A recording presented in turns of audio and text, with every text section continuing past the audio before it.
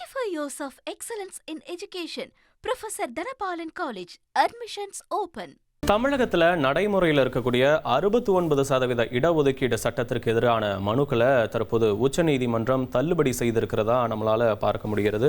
தற்போதைய உத்தரவு தமிழ்நாட்டில் தனிபெரும் அடையாளங்களில் முதன்மையாக இருக்கக்கூடிய இந்த 69% இடஒதுக்கீடை எதிர்த்து மனுக்கள் தாக்கல் செய்யப்பட்டிருந்த நிலையில் தற்போது உச்சநீதிமன்றம் இந்த மனுக்களை தள்ளுபடி செய்திருக்கிறது. முழுமையான விவரங்களை செய்தியாளர் வெங்கடேசன் வழங்க கேட்கலாம். வெங்கடேசன், வணக்கம். தள்ளுபடிக்கான காரணம் என்னன்னு சொல்லப்பட்டிருக்கு நீதிமன்றம் தரப்புல? வணக்கம். தமிழகத்தில் குறிப்பாக இந்த 69% குறிப்பாக உயர்கல்வி மற்றும் அரசு பணிகளில் 69% இடஒதுக்கீடு என்பது தொடர்ந்து காலகாலமாக பின்பற்றப்பட்டு வருகிறது.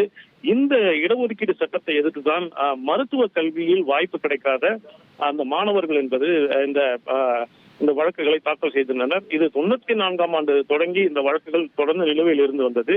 இதில் சுமார் 10 மாணவர்களுடைய மனுக்கள் என்பது தொடர்ந்து நிலுவையில் இருந்து வந்த நிலையில் இந்த மனுக்களை உச்சநீதிமன்ற நீதிபதி BV நாகரத்னா, உஜ்ஜல் பயன் ஆகியோர் அடங்கிய அமர்வு விசாரித்தது.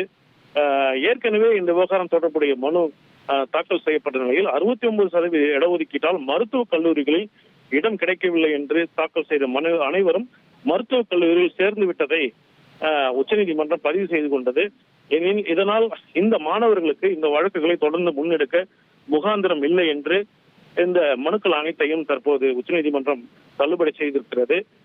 மேலும் இந்த தமிழகத்தில் நடைமுறையில் இருந்த அந்த 69% இடஒதுக்கீடு சட்டத்தை எதிர்த்த குறிப்பாக மைனர் காயத்ரி உள்ளிட்டோர் தாக்கல் செய்த ரிட் மனுக்கள் என்பது தற்போது உச்சநீதிமன்றத்தால் தள்ளுபடி செய்யப்பட்டுள்ள நிலையில் இந்த சட்டத்தை எதிர்த்து புதிதாக மனு தாக்கல் செய்ய வாய்ப்புள்ளதாகவும், இருப்பினும் இந்த நீண்ட நாட்களாக நிலுவையில் இருந்த இந்த விவகாரம் இன்றைய உச்சநீதிமன்றத்தின் உத்தரவு வாயிலாக ஒரு முடிவுக்கு வந்துள்ளதை நாம் பார்க்க முடிகிறது.